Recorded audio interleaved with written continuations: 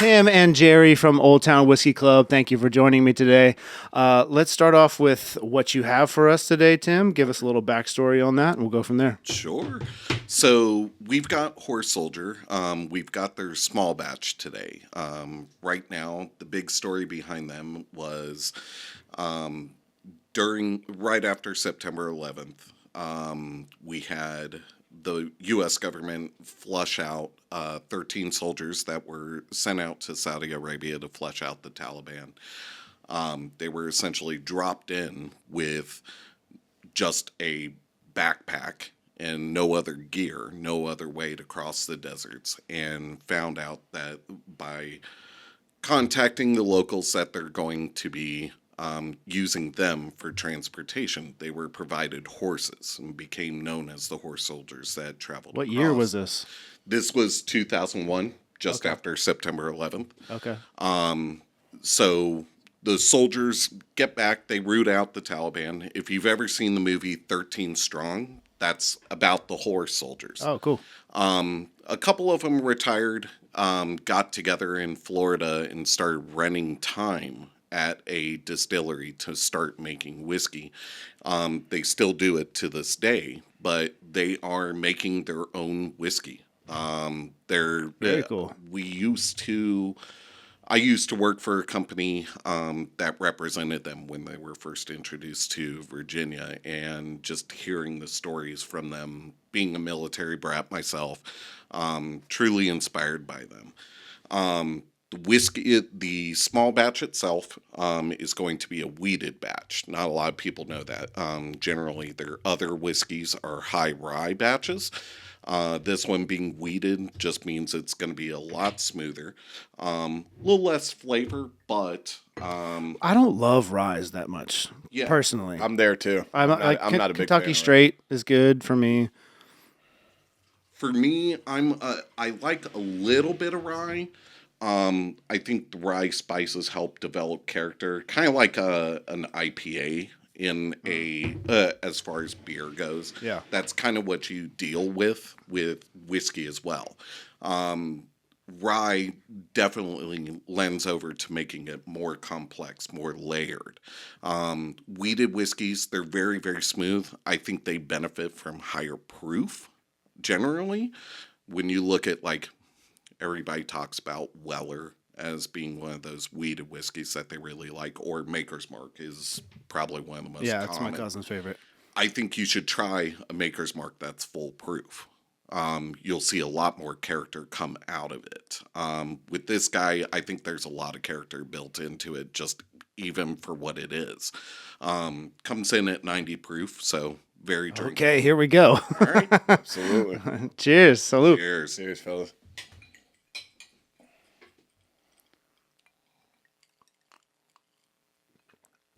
Oh, it's not bad. For 90 too. It's very chill. Yeah. I'm not like crying yet. No. No. Smooth. Pull that up a little bit more. It's very easy to drink. Yeah, I get a lot of that's smooth. citrus notes in it. I get a lot of little bit of that brown sugar kind of in your face kind of drink. So I'm a big fan of it. I think they've got a great story and they're making some good whiskey. Awesome. So Jerry, tell us a little bit about the history of the club. So the club was originally started by Greg Cook. He's passed away now. He's one of my best friends in the world. You were in the club originally when the club first started. OG. So I joined the club, I think, 2 months after it was initially started. So I didn't get that OG status.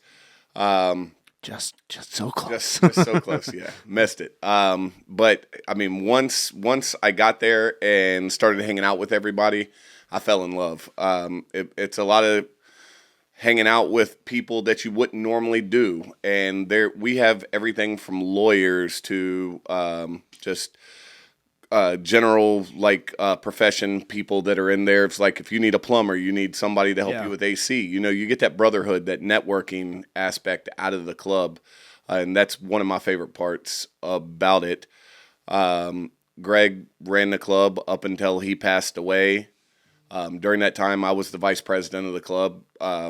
at a certain point, and then once he passed away, I took over as the president of the club, trying to continue his vision, his legacy, and I'm just excited to see where this takes us. And I think we've made a lot of smart decisions, especially like doing something like this with a podcast, to get the word out and talk to people about what the club's about, draw in new members. I think it's, a great idea, and I think we're going to definitely do that here. Yeah, everyone kind of like rallied after Greg's death. Like, are we going to keep this going? If we are, then we got to get focused and, kind of get shit done. Absolutely. Which, just getting auto payments. I think once we have all that stuff like finally finished and have like the web store and everything, we actually could have other chapters. Absolutely. I mean, that's my vision, and that was Greg's vision from the 100%. beginning. And I don't think it's impossible to do. You just kind of got to get out of your own way, which he was not very good at doing. I love him, but he definitely wasn't good. Yeah, I mean, he made it more difficult than it needs to be. And Aaron's been doing a good job of like getting people signed up. A-Rock's been killing it. Yeah. So what do you think, like, the future? That's kind of where I see it going, personally. If I had to say what I thought about the future, number one, first and foremost, we could not do what we do today without the members that we have currently and the bars that support us in being able to go out and setting up events that we do monthly for the members in the club. I think if I had to pick something that would be my vision for the future is just a strong membership going forward, and I would like to get back to, and we'll talk about this probably a little bit later, but we used to do this thing called Whiskey Palooza once a year. Yeah. And I would love. I still own the domain. I would love. I still got it. I would love to get back to that. That was just the end all be all party that we had, and I mean 3 different bands, whatever, different stations. We had games and everything. It was just perfect. It was a good time. And It was bring your friends, bring your relatives. Yeah, I mean, and now that we can do +1s and people can just pay in advance, then we can know how big it needs to be. Absolutely. Right? Yeah. So that would be my goal to get it to. But honestly, in the grand scheme of things, is just continuing Greg's vision for this club. I don't want to, speak out of turn or say anything, but I'm pretty sure I know where he wanted this club to go to and what he wanted it to be at. And my goal, I would love to get it to that point. I think we can go to that and beyond. I think so too. Personally. I mean, again, I think he kind of stood in his own way a bit. But if you kind of let people do what they're good at, then that's when things thrive. Yeah, skyrocket. Yeah, So, so Tim, tell me a little bit about your history of becoming like a whiskey or liquor aficionado. So, I've been, if you count stocking beer fridges, I've been doing this for about 35 years. I'll count it. But really, honestly, my career started back when I was 21. I needed a change in life and saw ABC as an opportunity to do that. And for people who aren't in Virginia, ABC is the alcohol beverage company. It's a state-run liquor. So liquor's always been something I've been kind of fascinated by. I've always enjoyed the science of it. I've always enjoyed the stories of it. A lot of the U.S. history is built on whiskey, which is kind of odd. But when I was 21, kind of saw my path going in there. And didn't really know what I was going to do, but hey, I'm interested in it. Let me start looking into it. About 10 years into working for ABC, I got an opportunity working for a sales rep company that represented everything from... What was it, like Republic? It was Republic National Distributors. I represented everything from Elijah Craig, Buffalo Trace, Wild Turkey, Horse Soldier, Uncle Nearest. So guys at the top, guys at the bottom. But you also had like some vodkas and some tequilas and other things in there too, right? It was now you're talking my language. It was a national distribution. So we represented everything from, say, Remy Martin cognac all the way over to like Svedka vodka, Aristocrat vodka. So when I say bottom to top, literally the most expensive bottle in the state and the cheapest bottle in the state. Yeah. So, but it gave me a lot more experience working with the individual brands and being taught, hey, this is why this product is different from that product. Kind of at the same time, bourbon was literally exploding on the scene. I mean, demographics that weren't drinking bourbon are drinking bourbon.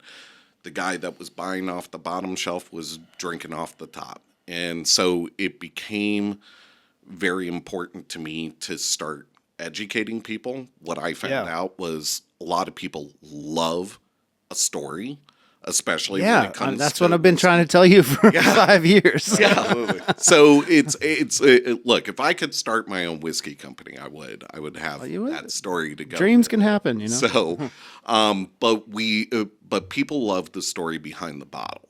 And so, a few years ago, I want to say this was 2019, I was working out in Manassas one day, and right around lunchtime, I ran into Greg at a bar, and he happened to notice me working with the bar and said, "What do you do?" And I said, "I'm a sales rep for liquor." And he goes, "I have this whiskey club I need some help with.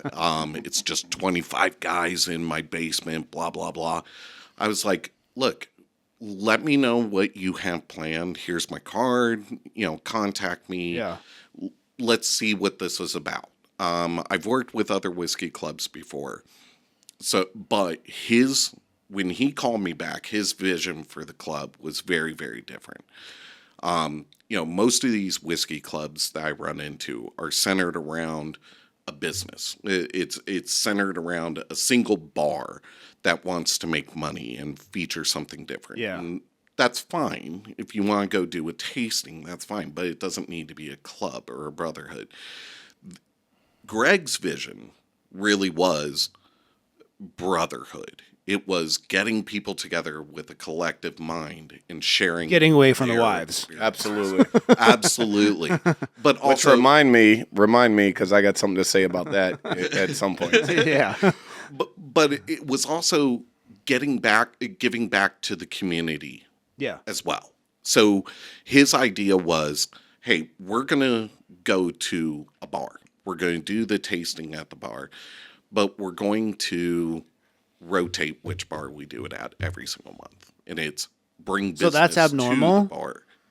That is very strange for a club. Okay. Because usually you either do it in your house or you do it at the one place you trust. There wasn't this community of the city involved in the actual project. And seeing that, I was like, wow, that's really awesome. That's really unique and different.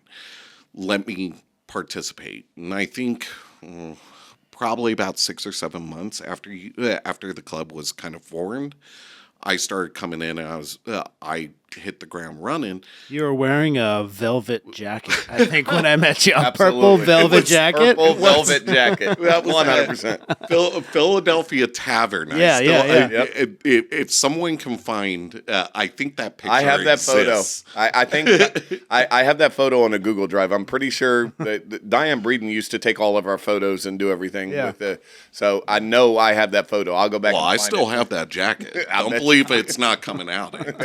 So.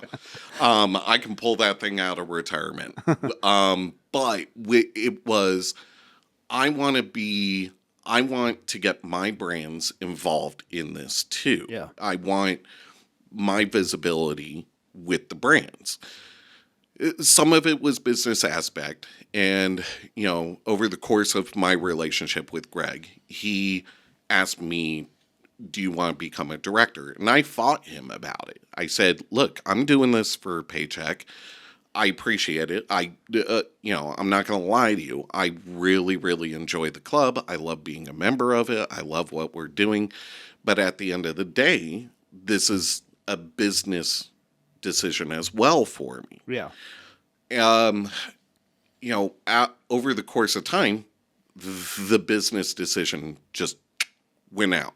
I mean, there's no way I could leave this club if I wanted to. So is that like a testament to the connections that you've made, the friendships? Yeah. I mean, we wouldn't be friends without that. I live in Honestly. Winchester. We wouldn't be friends without the Absolutely. club, you know? I live in Winchester, people. I drive an hour at once a month to make these events and make sure that I'm surrounded by the people I love. A quarter of a mile to these events, so or walk. I don't know home your pain. I live in Old Town. We do these events in Old Town, so it works out for me. I think that is like the testament to it, you know, especially if, you know, when you are married and have kids and stuff, like it's such a great thing. Like Brian Schwetz, for example, he just gets to get out guaranteed one day a month. He gets to go hang out with people and not have to worry about the hens clucking or anything like that. He just gets to have a good time, and it's a guaranteed time he can hang out with the bros, which I don't think most people, the older you get, the less likely that occurs. Yeah. And I think that's a huge value to what it offers. Even somebody like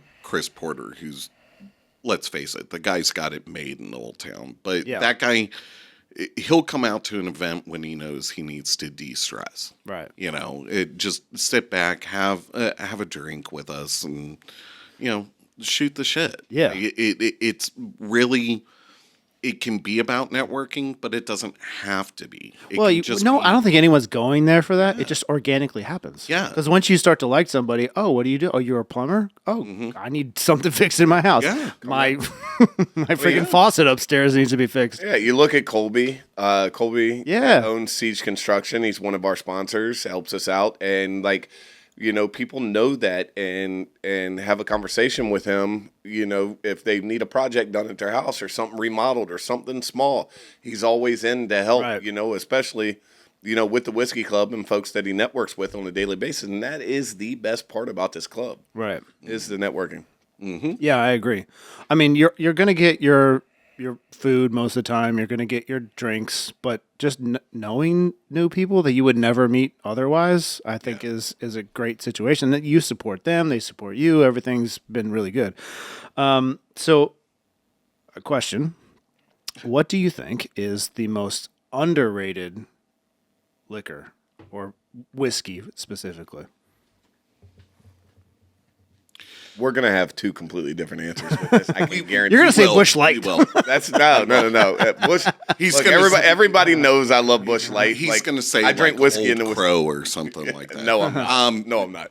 I think one of the least well-known whiskeys that I'm in love with is probably Clyde May's Alabama whiskey. How the hell did we have the same fucking? Really? Oh, shit.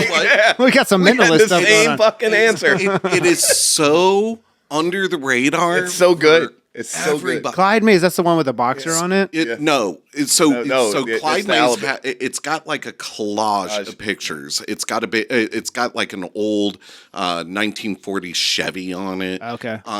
So Clyde May was a moonshiner in Alabama, and the way he disguised his moonshine that he was traveling in this car with was to cover it in apples so that the cops wouldn't smell it. Well, so this becomes the Alabama style. He makes a whiskey, but because he essentially pours the whiskey over top of apples, you can't call it bourbon anymore because now it's finished with a different process. Okay. It's kind of mixed. Yeah. But it essentially is a bourbon with this slight citrus overtone with it. It's not flavored. Don't get me wrong about that. But it's got that little overtone of it that just really makes the whiskey pop. And it's something, I say it's overrated because 90% of people wouldn't even know it's on the shelf. They wouldn't even see it. So. Well, that's like in at this ABC, it's on a different shelf than regular whiskey. Mm-hmm. And we've done a Clyde Mays tasting here with the Whiskey Club. Remind me where we did it at. We've done so many of them. That one, I want to say we did that at Three Monkeys when Three Monkeys was still open. Yeah. And it was good, and we had a good response behind it. Everybody was happy about it.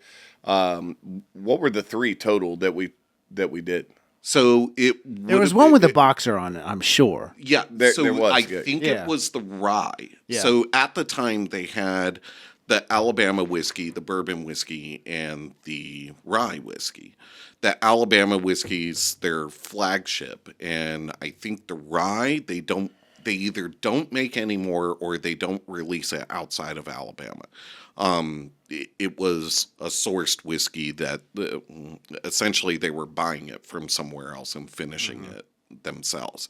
But the Alabama whiskey just kind of stood as their signature for that brand.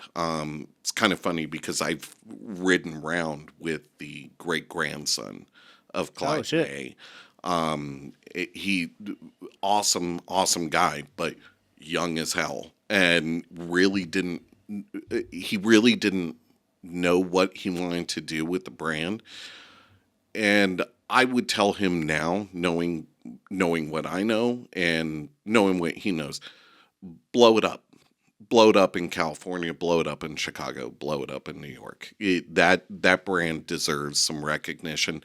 And All right, they're getting tagged in this. I mean, they Absolutely. are amazing, and it's Sponsor our club. Yeah, sponsor our club. We'll wear the shirts all day. Absolutely. their price point is great too. It is, That's one of the 100%. things. So you're going to spend less than $35 on a bottle in the state of Virginia on it. Yeah, that It's is, an it's great. amazing small batch whiskey. and that's like a good sipping whiskey. Like, Oh yeah. Oh, yeah. Oh Absolutely. yeah. Yeah. Sipping whiskey. that's your favorite too?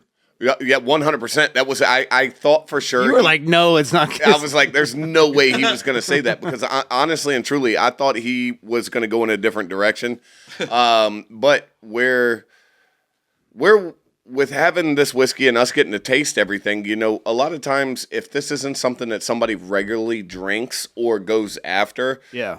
you know, you forget about it. But having that taste, you know, and getting to check it out may cause somebody to go snatch that off the shelf to continue to keep it there. And that's my favorite part about him being the whiskey specialist in the club is because he always puts something new in front of us for us to check out and us to taste and see what goes on. That's the scariest part about But it. no, but you Scariest part for you? Yeah. he always just feels weird about it when he's doing it. He's like, "Should we do this? Should we do That's that?" your But calling. that's what I'm No, saying. I know, Everything but he picks, it's perfect. So I don't. Eventually, we're going to run out of a new whiskey. Yeah, well, I know, then- but if you don't have it for a year or two. Yeah, Yeah. and That's we're back fine. at it, Right. and it's fine. I'd love to taste it again, especially because you know turnover on having new members coming into the club Right. and that may not have tasted what we tasted before. You know, getting them acclimated or checking something out that we haven't gotten to do yet is a perfect situation for the club in itself. And I don't think we've recycled much other than a little bit of the Evan Williams stuff. But other than that, what would you say? Well, I mean, a lot of the Evan Williams stuff. I mean, it's baked in history with Right. that brand. I would also say, you know, we were talking before this about our next event, but our next event is going to be just after Juneteenth, and out of respect, we want to make sure that that Uncle Nearest is represented. Absolutely. And yeah, so we made that. We finalized that decision. We're going to do. Uncle Nearest has one new offering this year, which is their original Tennessee whiskey. So it's going to be the lowest price that they put one out at, and it's going to follow much more in the vein of what Jack Daniels did. And then one of the other ones that we're doing, which is brand new to me, I started reading their story about 2 weeks ago, is Greenwood. Greenwood whiskey, which is made out of Atlanta, and it's a group of black entrepreneurs that are trying to bring attention to what happened in Oklahoma with the blow up of black entrepreneurs, essentially what they call Black Wall Street. Okay. You can go to their website and read more about it, but helping out the black community gain more respect and gain business attention and money in the Oklahoma area. So I'm excited to do both of those whiskeys. Absolutely. Yeah. So that's going to be this month? Yes. So we're going to be out at Philadelphia Tavern June 21st. We're going to be doing that. That's brunch event, I believe. Yeah. It is a brunch event, but we're gonna do like a Philly steak and cheese bar type thing. It's gonna be brunch, but you're eating lunch at brunch. So Yeah. it is what it is. But So more during the day, brunch, Yeah. day drinking. Yeah. So, but we'll be out we'll be out at the bar, out on the streets. And the last time we did Uncle Nearest was actually there, right? Juneteenth at Philadelphia Tavern. So and that was a great event too. Yeah. I mean, and Phil's always and that down. was like 2 years ago, or 3 years ago, maybe at this point. I think it was 3 years ago. Yeah. So remembering, I don't remember what it tastes like. Yeah. Right. Especially I don't remember what yesterday tastes like. Especially if it's not So it's something fine for you me. buy on a regular basis, But that's, like I said before, that is the goal of letting folks that are stuck in their ways about the whiskey that they drink, Right. to be able to taste something different that might turn them on in a different direction and go, oh, okay. And what he just said a few minutes earlier, I want to, hop on top of that, is the fact that the things that we purchase are usually at a lower price point, not necessarily all the time. We do get high-end whiskeys that we make sure that everybody tastes, but we also want to introduce some of these awesome whiskeys that people may not think about on a regular basis to go and purchase, because it's That can be like an everyday pour. Correct. So, yeah. And it's Absolutely. about attainability, right? Correct. I mean, there's plenty of whiskeys that drop and you'll only see them one time on the shelf. Yeah, that allocated stuff. The idea of bringing a bunch of people together that goes, I've seen that on the shelf and I've always been nervous to purchase it. Well, now you can try it. Right. You can grab a shot of it before you buy a bottle and know that it's going to be something that fits with your palate. I mean, we're all designed differently. I'm not saying every whiskey I've brought to the club has been my favorite. I even like the fact back in the day, Greg always wanted to do flavored February. Yeah, and it was always. Hey, let's get Fireball, let's get Evan Williams Peach, and let's do a fire. Let's go to sleep at 3 a.m. $15 tasting. I was like, why are we doing that? But it made sense to me. I mean, the idea of, to be able to appreciate the top, you need to know what's at the bottom. Yeah. So we've always tried to kind of mix it up. I think over the last 4 months, we've done some much higher end tastings with some more premium whiskeys. But also, if you think about it, when we go to, like, for Cinco de Mayo and things like that, the Whiskey Club is, we go to some of our favorite restaurants in Old Town. We've got mariachis, we've got Zandras, and we typically do those events there when we can, and we usually taste the tequila. Sometimes we've done a tequila aged in a whiskey barrel, if I remember correctly. Yeah. So just, having that broad spectrum of things that folks can taste. And, it's always, we are a whiskey club first and foremost, but being able to have these other things that We like to can drink taste. more than Yes, anything. that's what it is. Have these Let's things- be honest. Yeah, 100%. That's what it So is. what's the difference between like tasting a whiskey and just drinking it? Like, how do you? I don't know if my palate is like good enough. I'm like, oh, that's not bad. It's not burning my throat. There's different ways. There's different ways you can do it, right? I think everybody's familiar, or at least most grown adults are familiar with, like, going to a wine tasting and how they teach you to drink wine. And I always tell people, Spit it out. With higher proof stuff, it is the ass backwards way of learning how to taste whiskey. Don't swish it in your mouth. All that's going to do is make it burn more, right? You're aerating And the bitter and ethanol. everything. Yeah. Yeah, it doesn't make sense to me. Breathing in through your mouth and out through your nose, you're funneling all of that heat through your nose. It's going to burn. Mm-hmm. So the idea would be, take your time with it, slow down the process, get some air. Put a little bit on your tongue just to let you know. Roll it back and forth, not swish. breathe in through your nose, out through your mouth. If you take whiskey for what it is by itself in a glass, no ice, no water, really try that as the experiment. Okay. And try it with a couple of different roll whiskeys. and then roll. and then roll it across your tongue from one cheek to the other, kind of like a squirrel. Okay. All right. Is that what squirrels do? Well, they hide the nuts in their cheeks. Okay, all right. All right. The nut. But swallow. When you're breathing, after you swallow, you should breathe in through your nose, out through your mouth. And that allows much more, your sinuses are connected. So whatever you swallowed, that air is going to pass over and draw out some of those background notes. And you can sit there, like even if I did it with this one. All right, hold on, I'm gonna try it. I did. Yeah, I'm down. I'm going to go with Adding it. ice to it is going to dull the senses, right? We're going to water it down. Okay. Now in through the nose. And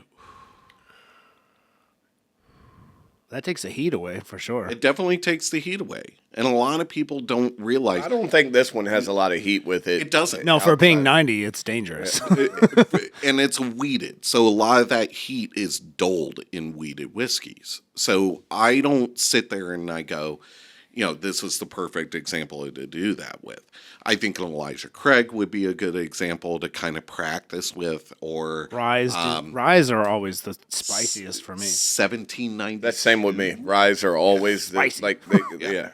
Yeah, and ryes aren't for everybody, right? Like That's the IPA of whiskey. correct. essentially. Yeah. Yeah. If we're talking about beer drinkers, Jerry would admit he's a huge beer drinker. Bush Light.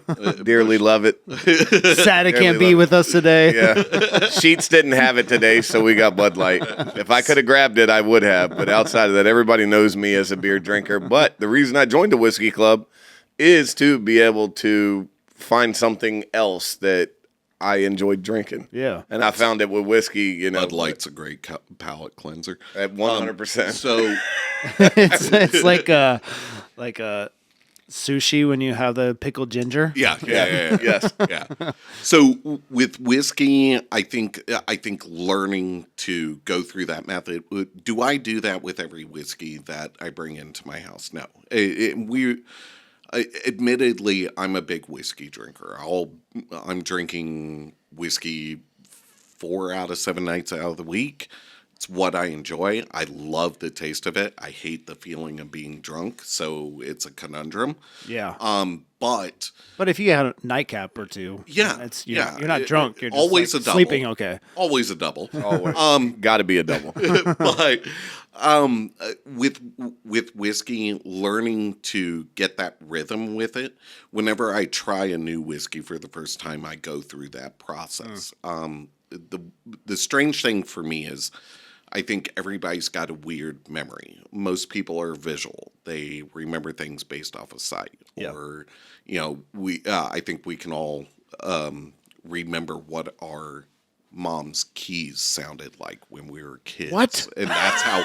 I can't remember that. No, but that's how you found your parents in like the grocery store or something. No, my mom used to walk up to the counter and be like, "Jerry, where are you?" And she didn't she didn't give a shit. She picked the phone up and pushed number 1 and, "Jerry, where are you?" And I had to come find Mom because I was 7 feet tall, yeah. walking back to his mom. But everybody has a weird memory for things. I think for me, memories come back based off of taste. I remember, if something's really close to what my grandmother made me as a kid, I have those memories that come back to when I remember tasting that. With whiskey, it's kind of that same thing. I just remember what that bottle was and where I had it the first time. Right. Bringing this back to me, I remember drinking this on the porch of it was a campground, and it was where they put us up for the night. when we went to go meet the horse soldiers. And Oh, really? so we were staying up till 4 a.m. playing Super Smash Brothers, and then moving out to the patio to kill a bottle, you know. So, for me,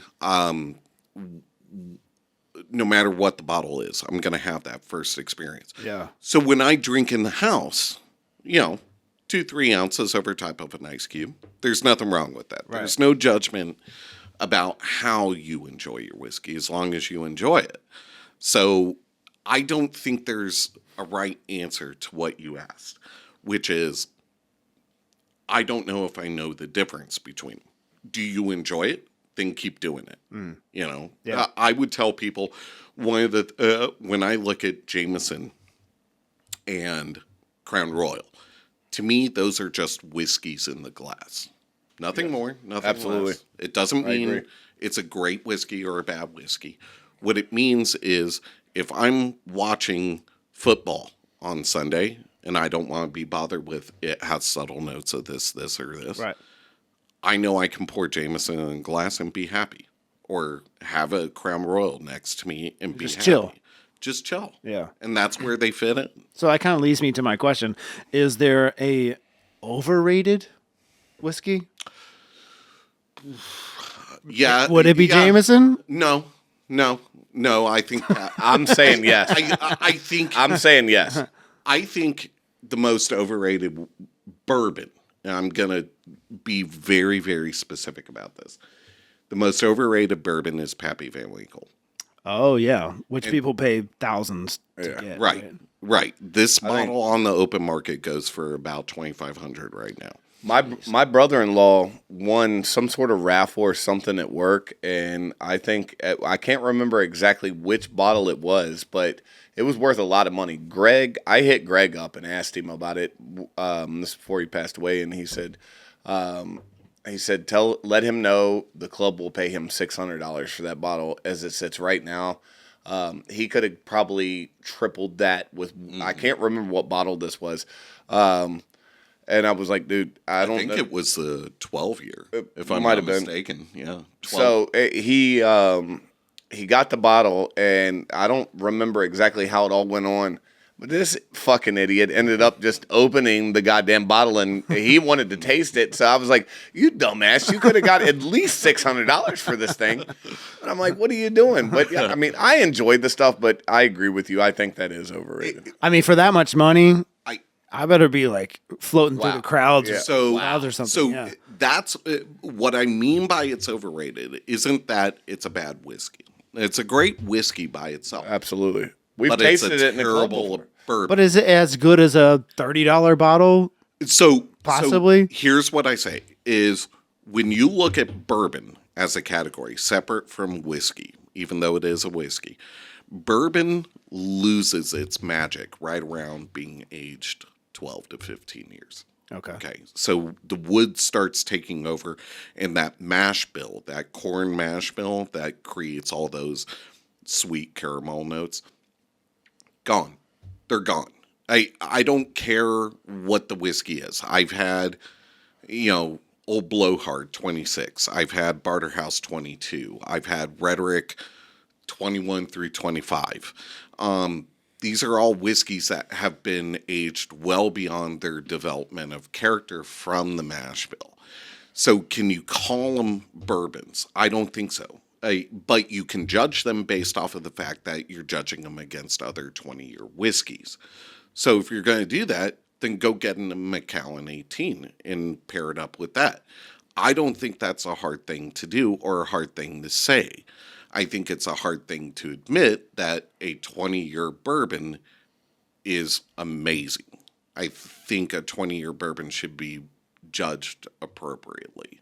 And that's kind of where Can you real quick, just so that everybody that may not understand whiskey as far as its age, what are the different? do me a favor with all this and explain how you saying 20-year. It's technically it's not aged 20 years. Just it is. It is. Well, I mean, you know what I'm saying, but define it. That's why you're explaining it. So it's not 20 years total. It's 20 years minimum. So Right. it can have whiskeys in it that are upwards of 25, 26. Unless it's a single barrel, usually what they do is they take an allotment of barrels and blend them together to get the right flavor that they want. Right. So the master distiller is going to taste each barrel and go, a whole barrel of this, half barrel of this, quarter barrel of this. And it can be wildly aged. Right. So the minimum age is what has to be stated on the bottle as far as like European whiskey. So Irish, Scotch, bourbon. That's one of the rules. So when we look at certain whiskeys, like Canada doesn't have that rule. So a lot of Canadian whiskeys you don't see age statements on, right? Crown Royal. Do they say, "Oh, sorry"? Yeah. Timmy loves him some Canadian mist. I've got Canadian family, so I've got to watch what I say. But Canadian whiskey's intent as a category is not to be super powerful in flavor. Canada's whiskey is meant to be something smooth, light, easy to drink. Same thing with Irish whiskey. So when you look at a Jameson, the reason why it's triple distilled and not double distilled like other whiskeys is because they were trying to remove as much flavor or things that would get in the way of your palate as possible. So you can't really put Irish and Scotch in the same category as far as like judgment goes, right? Same thing with bourbon. You can't sit there and put bourbon What's the in a difference judgment. between bourbon and Irish? So bourbon is truly an American thing. So Elijah Craig. So here's to all the people who are from Kentucky or sit there and say bourbon has to. I was born in Kentucky, by the way. Well, you're full of crap. So I was Louisville. So You were born in Whoville? Louisville. Oh. Mark and I were both born in Louisville. Louisville. So bourbon itself was created by a man named Elijah Craig. He's known as the father of bourbon. He was the first person to age a whiskey in a charred new oak barrel. He applies for the patent on that and the word bourbon in 1789. Okay. Kentucky does not become a state until 1792, which means what state did Kentucky break off of? West Virginia? I hate to tell you, it's Virginia. Virginia. Oh, and then West Virginia later. Yeah. So if we're going to sit here and talk about anything, bourbon is a native Virginian spirit. Oh, okay. First and foremost. All right. So Kentucky can eat it. I've They just migrated west. Oh, I've gotten into fistfights and shared whiskey drinks with Kentucky colonels over that fact. But more so, Elijah Craig was from Lynchburg, Virginia. Oh, really? Okay. Mm-hmm. So we have the claim to fame in Virginia for that. But the biggest rules were bourbon has to be aged in new oak barrels that were charred on the inside and have to be at least 51%. So that's the patent corn. rules? That's the patent rules. Okay. So the federal government has, for you to put this on the label, the minimum standards are X, Y, and Z.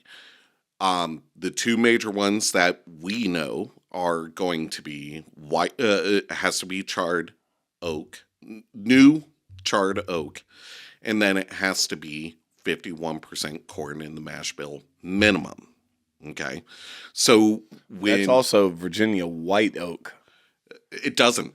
It doesn't have to be Virginia white oak. In fact, there's Buffalo Trace has a whole entire experimentation where they're doing Mongolian oak or Mizunara oak. Okay. So It just has to be oak. it just has to be oak. Doesn't have to be white oak. It just happens that white oak is super common in the United States. Easy to find. And I would argue if you look at any whiskey or any product that's alcohol made across the world, it's made from the cheapest, most abundant thing in that area, right? Like you can go to Peru and you can find banana beer made from bananas because bananas grow like crazy in Peru.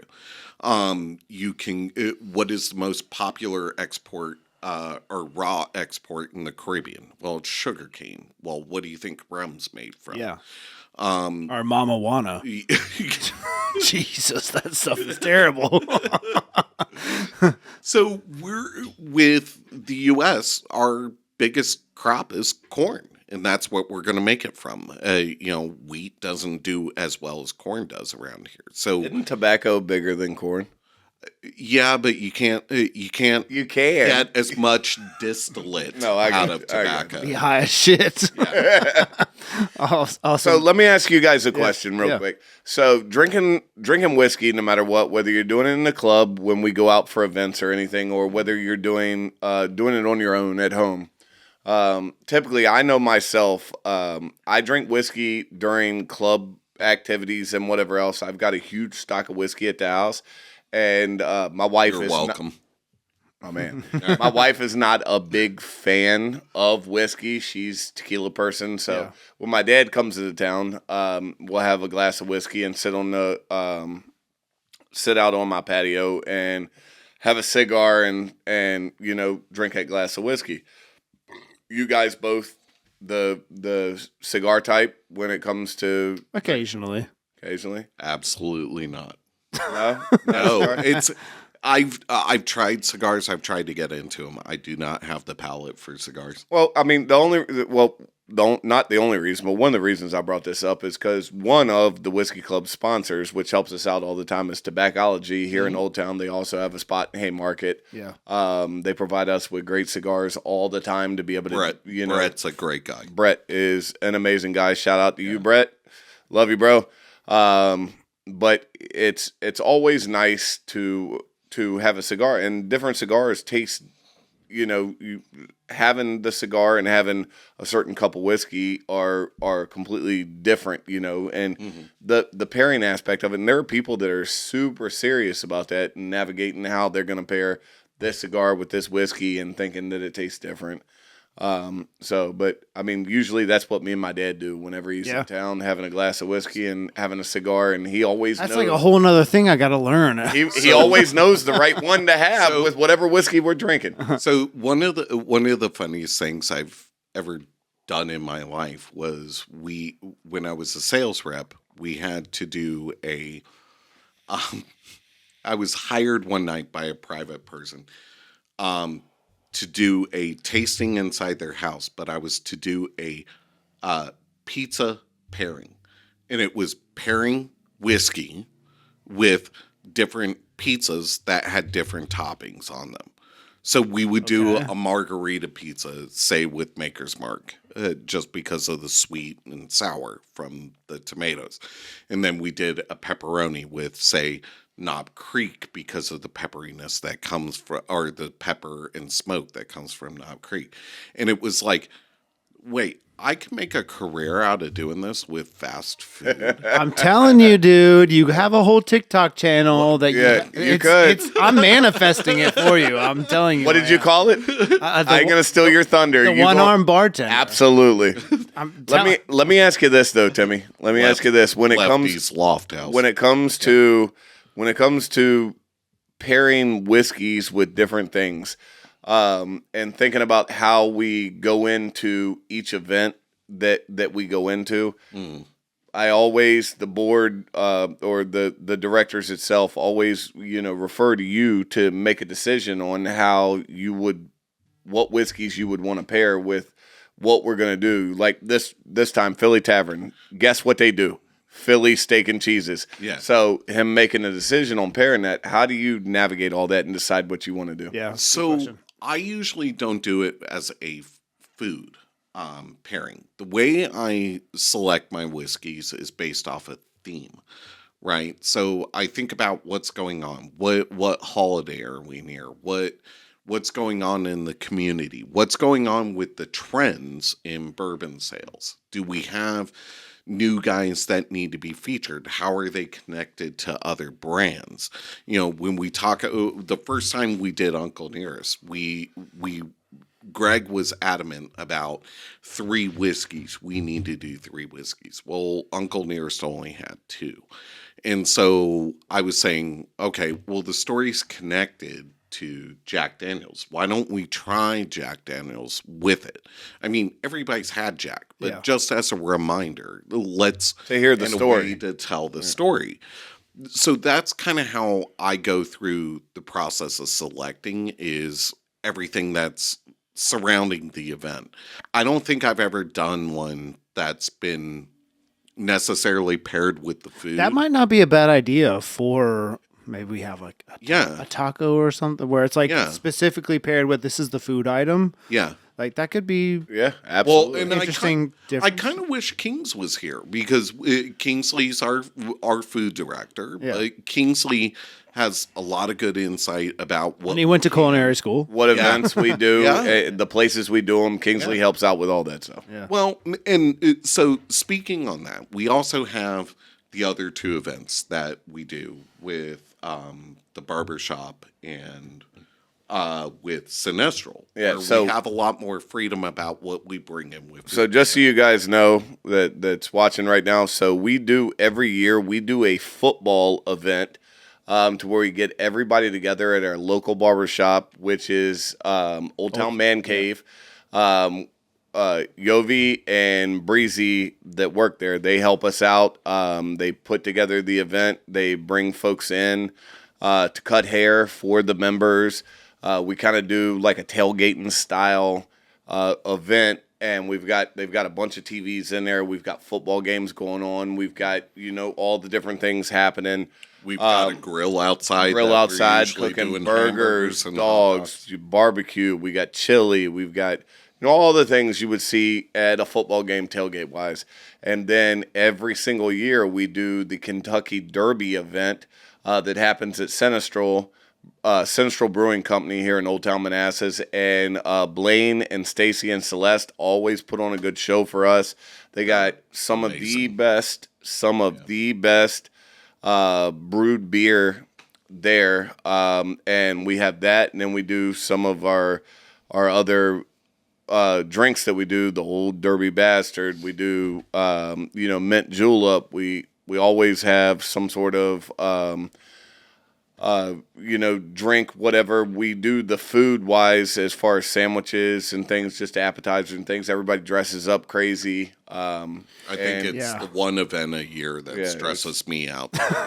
It's great. It's just great. making sure everything's absolutely perfect. And we do our own mint simple syrup every single year. We make that from scratch and make sure that goes on. That's something Greg did at his house a week beforehand every year. 100%.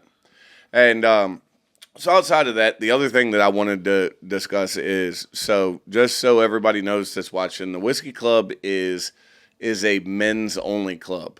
And I know this is, and I think that's okay. I think we're past the woke thing. Yeah, I think we're past it. We'll see, but I agree. Like it's. Does anybody know this? Women, my wife just went on a wolf pack trip, and it's a bunch of women and she just got back today.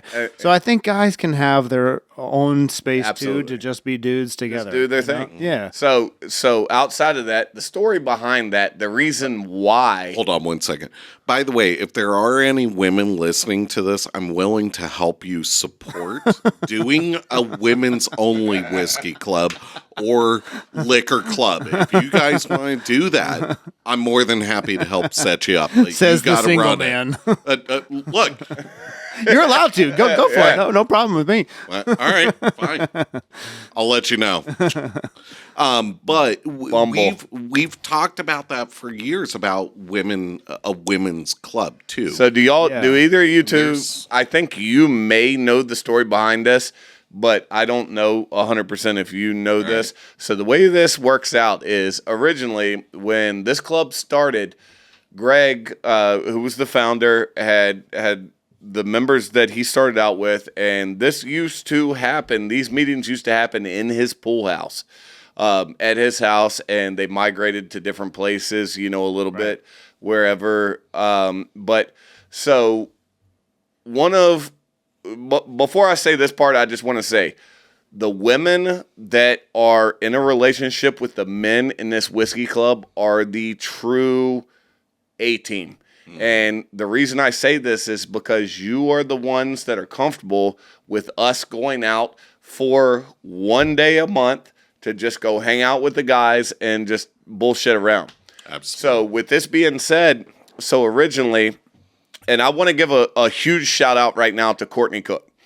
She, is Greg's wife, she used to do so much and it's not, when I say used to, it doesn't mean that she still wouldn't, because she's told me 1,000 times over that she would help me out with anything I needed when it comes to the club.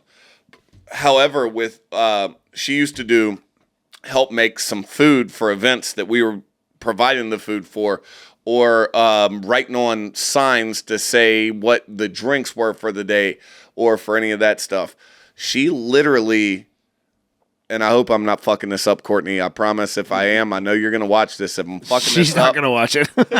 Don't worry. Okay. Well, maybe she. But either way, so she, Greg told me one day, or Courtney told me one day, that she literally told him when the idea came up to inviting women into this, that Courtney was 100% without a doubt cool with helping out with everything that had to do with the club and would come to the +1 events.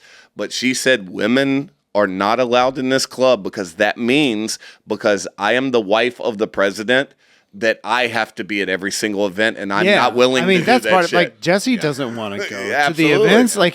And I think it's... But she enjoys the, derby event. She enjoys coming to that. A couple times a year, that's perfect. The Christmas party we throw, whatever. Her friends are going to be there. That's a different thing. Absolutely. But, she doesn't enjoy whiskey, so why is she going to be so involved? And I think, I think it's good, though, for dudes to just be around dudes. Yeah, I absolutely. don't know if that sounds gay, but... Absolutely. But I think it's just it's a sausage but there's fest. there's no...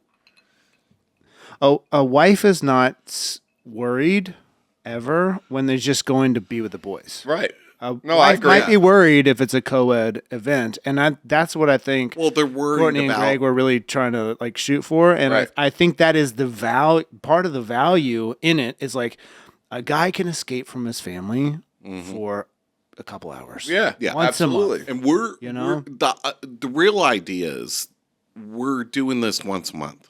Yeah. We're not doing this every week. Yeah, We're or doing every this- day even. Yeah, and a lot of the times It's your one guaranteed boys' night correct per month. Yeah. I think that's and the best that's part worth the money alone. the best part about this is we do Thursday evening events, we do brunch events on the weekends, and we also do weekend night events to where we have things going on, and the member can decide what fits best for them and make those events accordingly on how they would like to, to support the club. And that's my favorite part. As I said before, we've got lawyers, we've got plumbers, we've got welders, we've got folks that do every single job. We've got this whiskey professional over right? here. So having He's already told 4 stories already. having all these things to be able to, if you need something done or need help with it, like I do pest control. So, and wildlife removal. So folks need help with that in the club. I've gotten, I do your pest control. Yeah. So, Here. Yeah, here. Can you stop sending me pictures of raccoons? But No, I absolutely cannot. Absolutely. Do you not like raccoons? just, when they're wants to crawling keep up 'em. his leg, He wants to he's keep 'em. dad. I mean, a little weird, but But no, I mean, refill? yeah, we're doing, absolutely. We're doing great with the Whiskey Club. I honestly think our biggest issue currently, and I will say this without a doubt, is the fact that Greg, like me, I don't care. I will talk to every single person in the world. Greg had that retention. Like, I could come up and meet you and have a conversation with you. Totally forget your name. Yes. And I mean, just because I'm meeting so many people, Greg never forgot you. Greg knew your name. Greg knew what you were doing, knew what you had going on and what you could help out and offer with. Yeah. And that, like, our sponsor situation and everything we've got going on, like, Greg was able to make such a difference when it came to those things. And that is the part that it's not what we're missing, because we've got a good situation. A-Rock's helping out a lot with that. It just shows the value of who he was correct. as a person. Correct. Yeah. But we've also had, let's not forget, we've had bar owners as members. They're showing up to events that aren't even at their place. Bartenders, waiters. We're having guys that were part of the club, not to be part of the club, but to have that experience of the club. Right. We're welcoming to everybody, but is it about whiskey education? A little bit. Is it about community? A little bit. Is it about brotherhood? A little bit. Is it about connections? A little bit. It's a little bit of everything. Yeah. And that's what makes the club unique in that aspect. Yep. And you find that unique versus other clubs? Absolutely. I've never seen the last club I worked with. There was it was at a bar who called 25 of his friends to show up so he could make appetizers for them and teach them about scotch. The thing never happened again because he never stayed on top of it. And that's part of what I see is you've got me, Jerry, Mike, you, Aaron, Tosh, Kevin. Kingsley, Kevin. All of us have been dedicated since day one to making this work, to making it grow. Aspects of it are different of what we all have envisioned, but we talk about that and we come to that middle ground. But also we work, love it. We, between all of us directors, we work so well together when it comes to ideas of things that need to happen and things, how we should move forward with X, Y, and Z. We were talking for 3 hours back and forth about a new T-shirt this week. Absolutely, today. What is the new T-shirt? I'm going to be the one designing it. So we'll talk about that later. But I have an idea. Okay, all right, cool. Yeah. So, how do you think that we've done in like getting people connected to other members? I think we could do better, personally. I think we could definitely do better, but also you always run into the situation to where we have a Facebook group or page for the Old Town Whiskey Club. We have a public page and we have a members page. So the biggest downfall for us more so is some of these members will see it on the members page but won't respond, say anything. Which, with everything that you've done as far as navigating the automatic payment system and then getting the text messages out sent to them directly, at least we're making sure on at least 2 fronts that they're getting the information that they need to know where we're going, what we're doing, and don't have to chase people down to ensure that they know this part. And I think that's without a doubt the best part. And Mike, you've killed that without a doubt. Yeah, thank you. Absolutely. And, like having text messages is there's no excuse at that point. But that increases one of the hard parts that we had in the beginning was, or for a long time, was scheduling.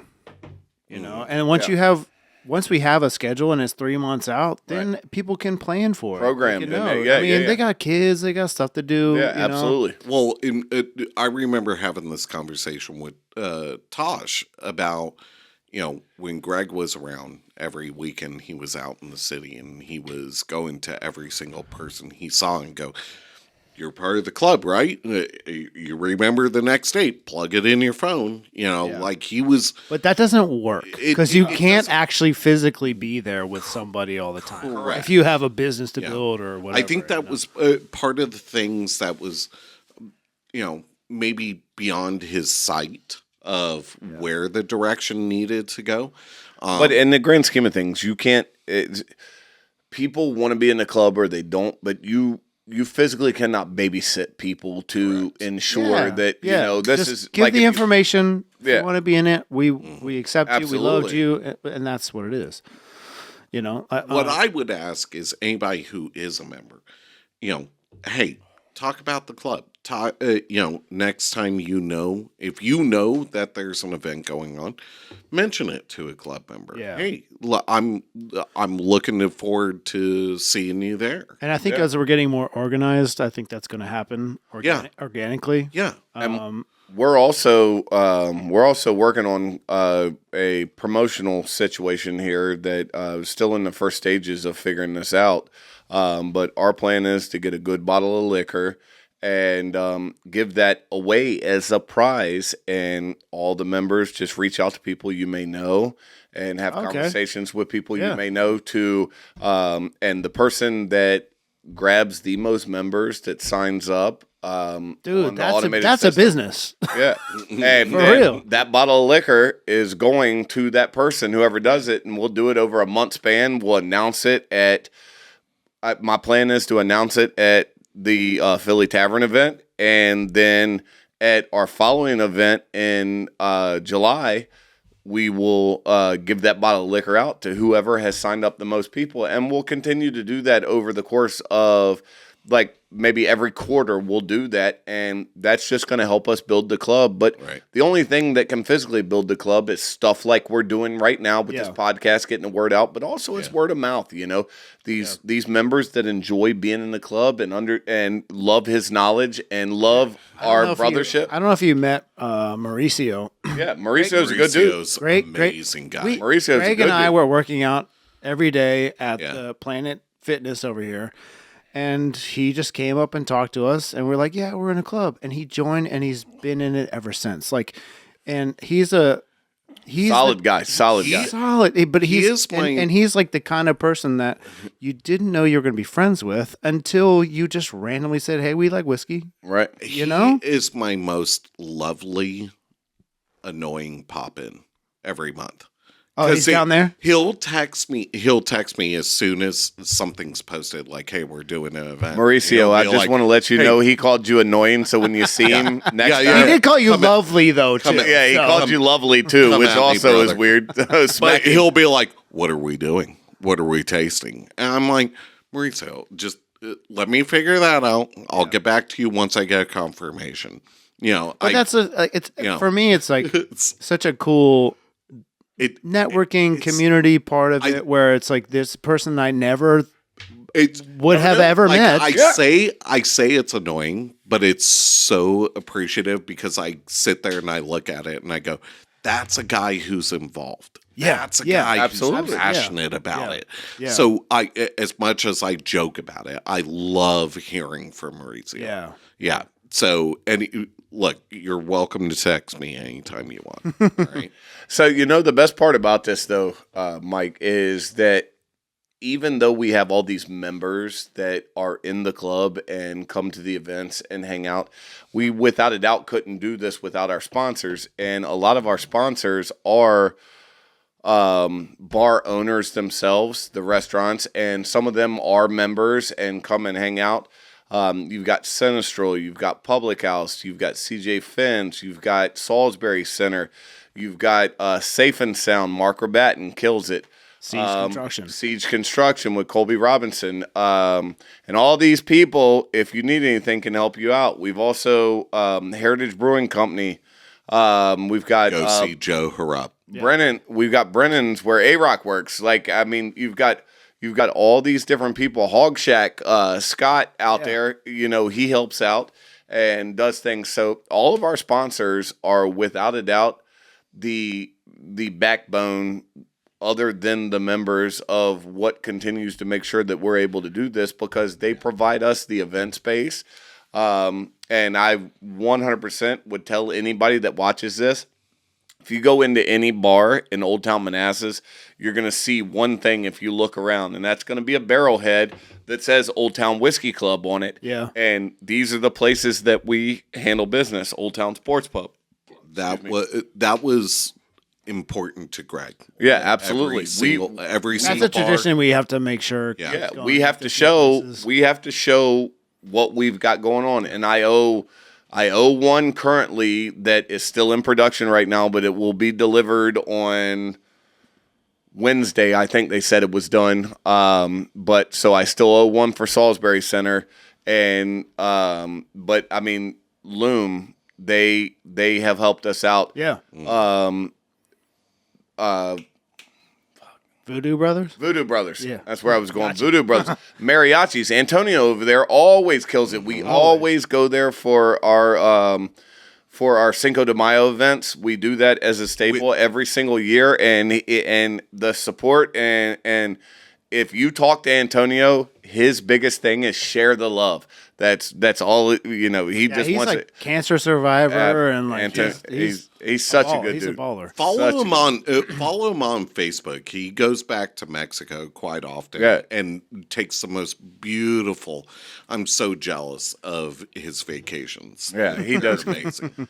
I got one thing I would like to bring up though. So back when the Whiskey Club first started, their COVID happened like right away, right? Yeah. So once all that went on, Greg and you came up with needed a charity arm for the Whiskey Club, and Old Town Strong was born, and it still continues on today, and a lot of the members support that. I'm on the board for that. I help do finding restaurants and whatever else. You still help out with some of it, but I do all the technical shit. yeah, all the time. But having Chrissy and AJ and Courtney and Breezy And Jesse. and Tosh, and like having all these people that still continue to help out. And I just want to plug in real quick. I don't know if this will be posted by then, but I just want to let y'all know this Wednesday we're doing our Old Town Strong event at Benny's in Old Town. So if you can make it, it's a pizza eating Come contest. at me, bro. 3-man team. Yeah. $30. I can't eat a pizza that big. No, That's a huge fucking That's pizza, a bro. huge pizza. God damn, that's a huge I cannot eat that. But listen, so I'm like, I'll have a slice. and we have our team. We have our team. We do. Whiskey We do. Club Strong. We are representing. Who's the team? It's me, my man, one-armed Timmy here, and Gotcha, A-Rock. We are going to kill it. Okay. So are you vulnerable enough to be able to tell your story about the arm? yeah, absolutely. Okay. It's It's good content. it is. Thanks. Hashtag advertisers. I need followers. Hey, just so y'all know, he was not drinking whiskey when he lost his arm. He was representing whiskey when he lost his in the arm. morning. I was sober. It was that Ish. early. I think you told me that. Yeah. Yeah. So this was oddly enough. So this was May 3rd. 2021. So we're talking. I'm just over my 4-year anniversary of my accident. Dude, time is flying. I made it to 38 with 2 arms. I was working for a distribution company at that time, and I had gone to my storage unit to go grab, which was out in Northern Virginia, a bunch of buckets to go deliver down to this beach shack in King George. And so I'm driving down 95. Anybody who lives on the East Coast knows it. Yeah. I'm driving down 95. I'm right outside of Stafford at about 11 o'clock in the morning. And I don't remember much. I really don't. But I remember looking up, and I was doing about 70 miles an hour because I had my cruise control on in the left-hand lane, which is pretty standard. Fast lane. Yeah, fast lane. It's 70 miles an hour out down past Fredericksburg or near Fredericksburg. And I can see, I look up, and I see the red and white reflectors that are on the back of a tractor trailer coming at the windshield. Oh shit. And so there's two things I remember about before I wake up in the hospital. I'm not willing to quite share just yet, but it was I remember waking up in the hospital on a breathing tube and pen and paper in hand, and talking. My mom's there. So this is 2021 during COVID, and I'm medevaced to Fairfax Hospital. So where was the accident? 95, like 95 Springfield just, area? 95 just outside of Stafford. Okay. In the left. You hadn't gotten to Fredericksburg, any of that yet. You're okay. No. And I thought you were past that. I'm driving. So from my understanding with the reports from the cops and everything was I hit the brakes. I hit the back of that tractor trailer doing 55. That was the moment of impact. So what hit your arm? I was driving Did you with my swerve? left On the arm steering wheel. on the steering wheel. So it just So the force of pushing the engine into the steering column, forcing the steering column back, my humerus shattered in half. Jesus. My bicep and tricep were torn in half. My wrist was broken in 9 places, and 3 of my 5 fingers were broken. So when I woke up... You must have hit it like I hit it dead on. I hit it dead on. So here's the crazy thing. I didn't learn this until later, like almost when I was getting out of the hospital. I hit it so hard that I slid underneath the truck, and the truck didn't know I was there and drove another 100 yards. Not feet, yards. Were you still stuck under it then? He drove the length of a football field, dragging my car. God damn. With me in it. And was it a Prius? Please. It was a He's in a whiskey club. It's not a Prius. Mazda CX-5. But passerbys had to pull the truck over. Like they had to swerve in front of him and pull him over to get him to stop.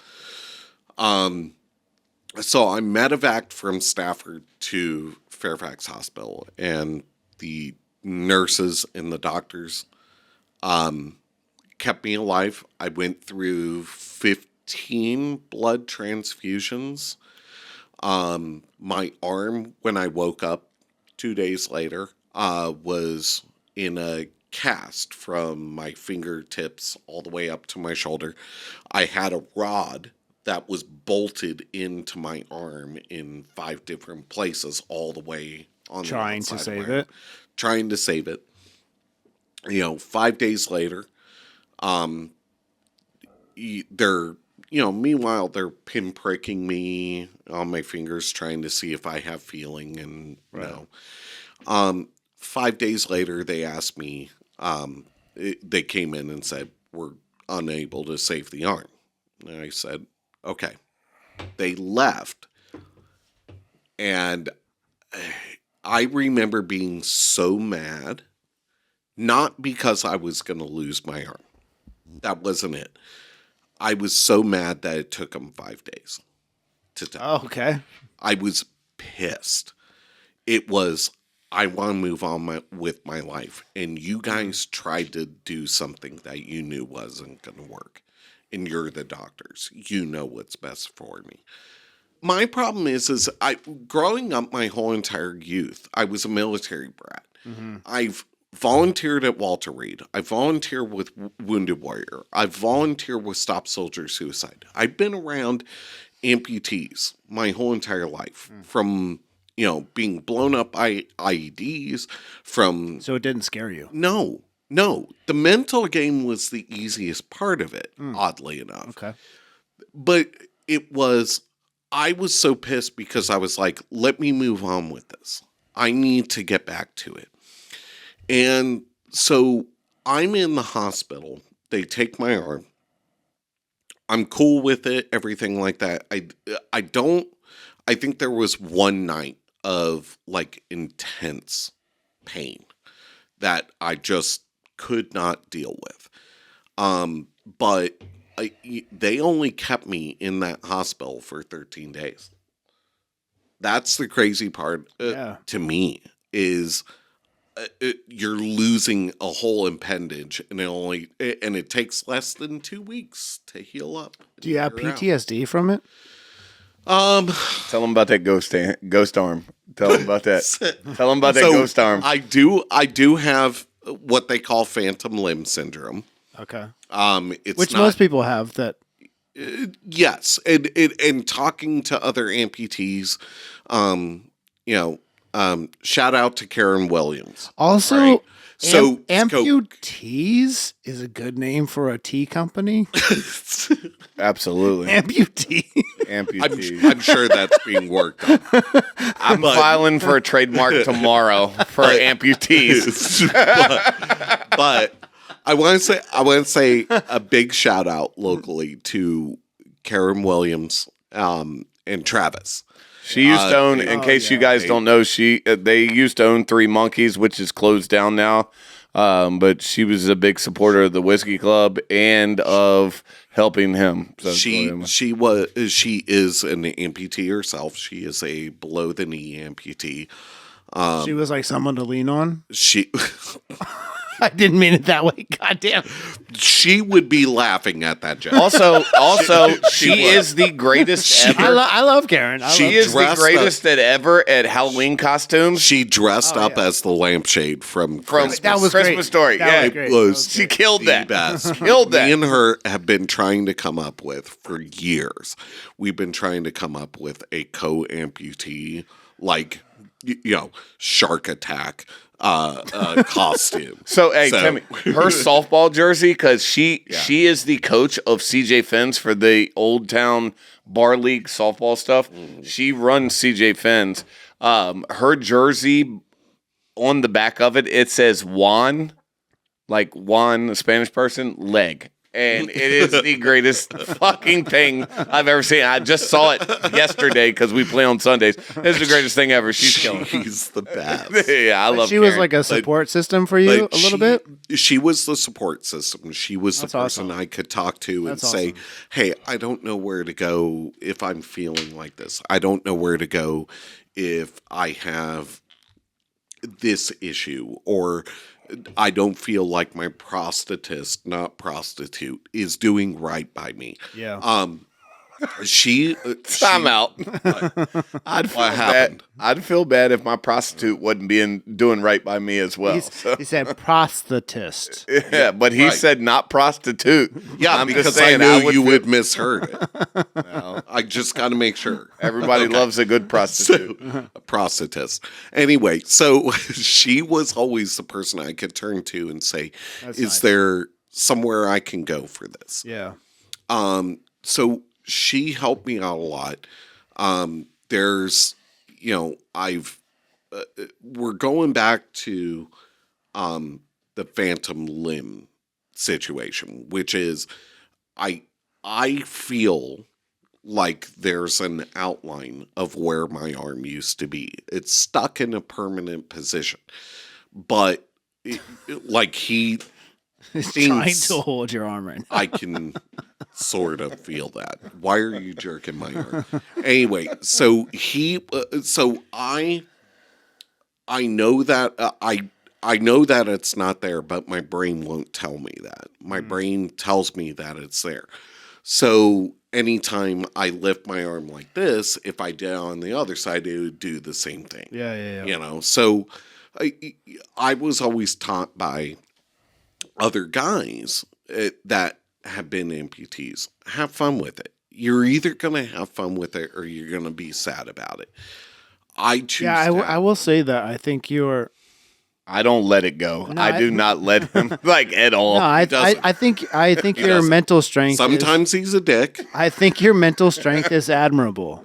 I'm telling you, 100%. I for sure. Like a lot of people can go through things and they let it overcome them. You haven't, and I applaud you for that for sure. I don't know if I would be as strong as you.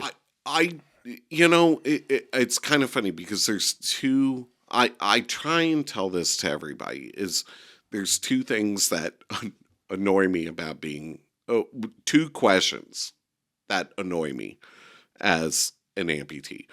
One of them is, were you right-handed? Motherfucker, does that matter?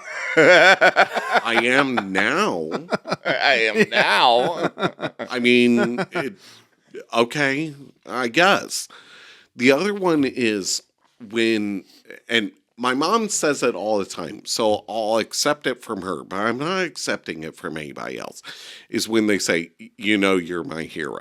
And it's like, what, for slamming into the back of a tractor trailer? Like, to me, that's not a heroic act. For not being able to switch hit? Like, what? Like, Hey, listen, when I tell you this, he said it just a few minutes ago. I do not let up on this dude. The reason I do not is because this is one of my best friends in the world. Yeah. Like, we talk on the regular, at least once a week. We have a discussion about something.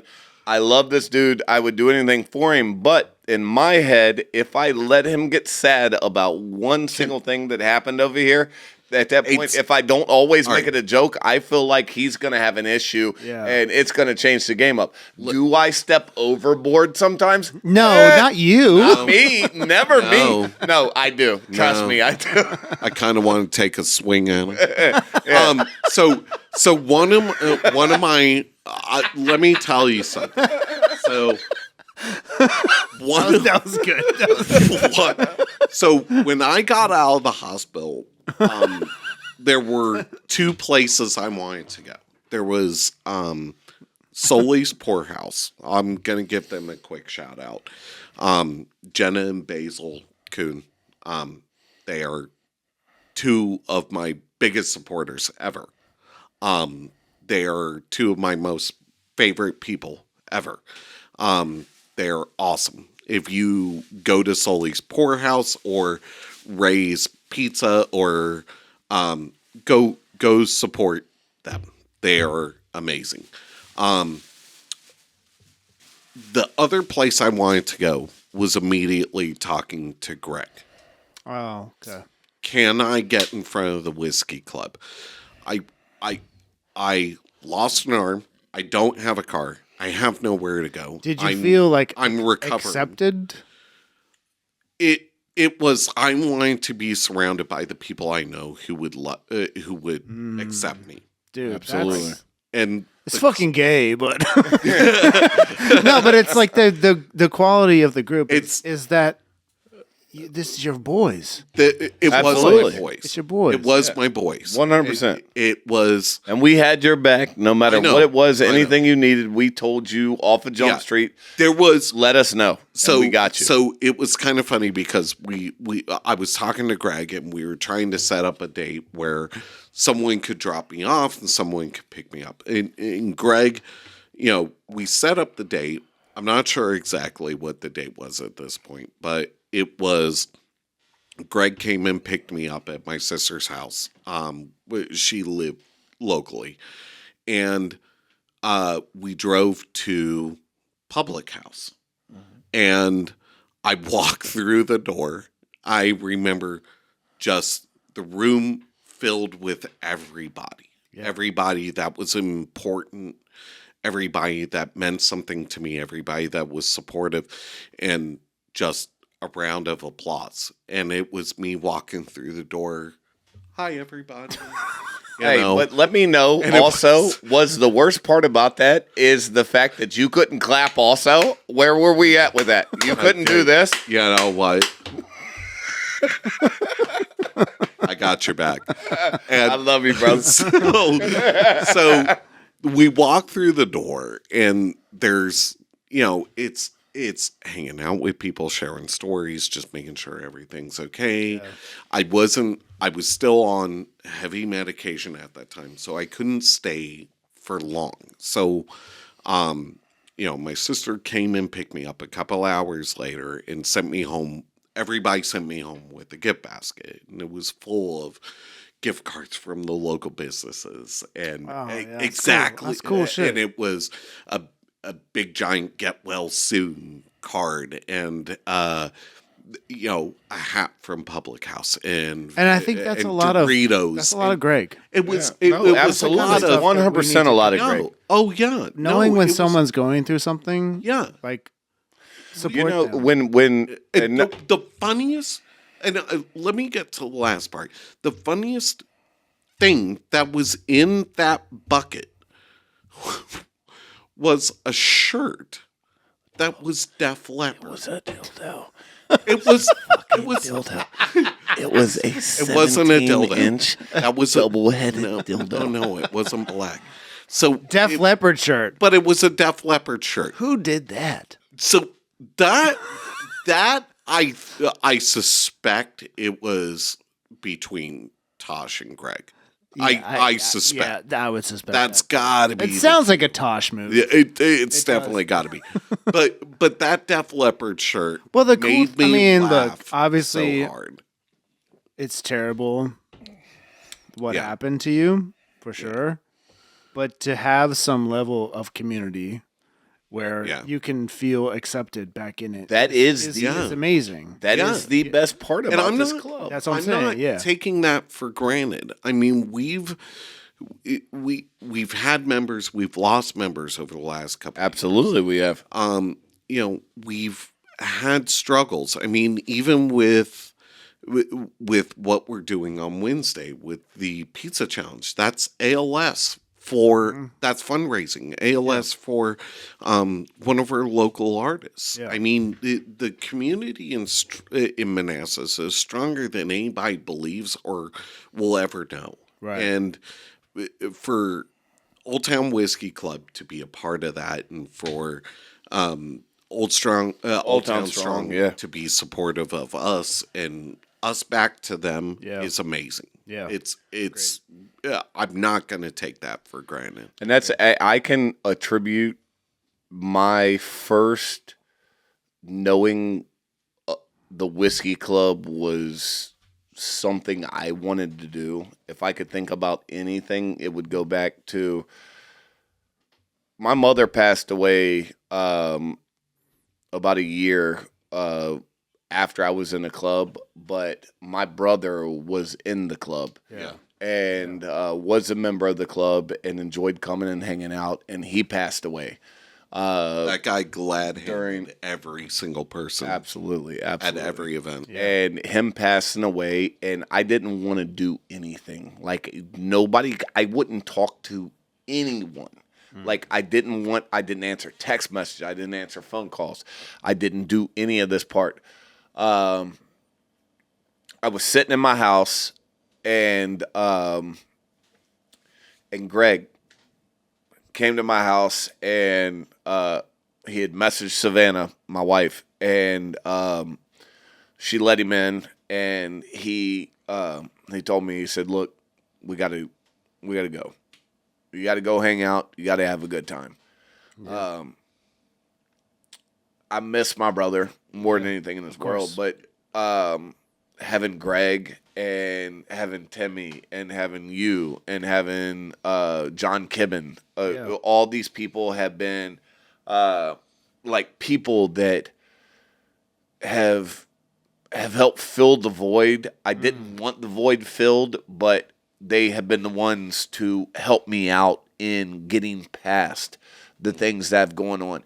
And that's what it means to me for this club. Like, I would do anything to ensure that this club continues and this town thrives through this club and through our charity arm with Old Town Strong. Like, I would do anything that I could figure out to ensure that this was an actual thing. And I want to make sure that that continues and getting this word out and having conversations about what this club's about and getting these stories from you and from me. And like, I mean, we are here. dude. Yeah. That We are was- here. That was super vulnerable, Yeah. which I appreciate, and that is what Greg was good at. Yeah. Yeah. He was good at that.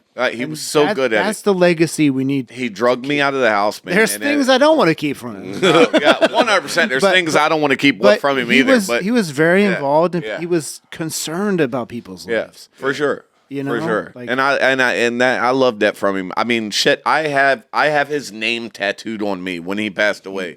Like, I mean, I can show it to the camera or whatever, but I mean, it's the Old Town Strong logo, and it just says "Let Greg Cook" because he knew what he was doing. And Tosh coined the phrase on this, and shout out to Tosh for doing this. But I went and got it tattooed on me, and it's right above my brother's tattoo. Greg was one of my best friends in the world, and not too many people know this, but Greg actually, when he was born, did not have a name. Do you know this story? I think so. Greg did not have a name when he was born, so he was good friends with my family. That's the British people for you. Yeah, he did not have a name. My cousin, who's a few years older than me, Greg Thomas, went over the house, and when Greg came home, still didn't have a name, and he was bawling, crying because the family told him he had no clue. They didn't have a name for him or whatever. He was like, "What do you mean the baby doesn't have a name? What's going on with this?"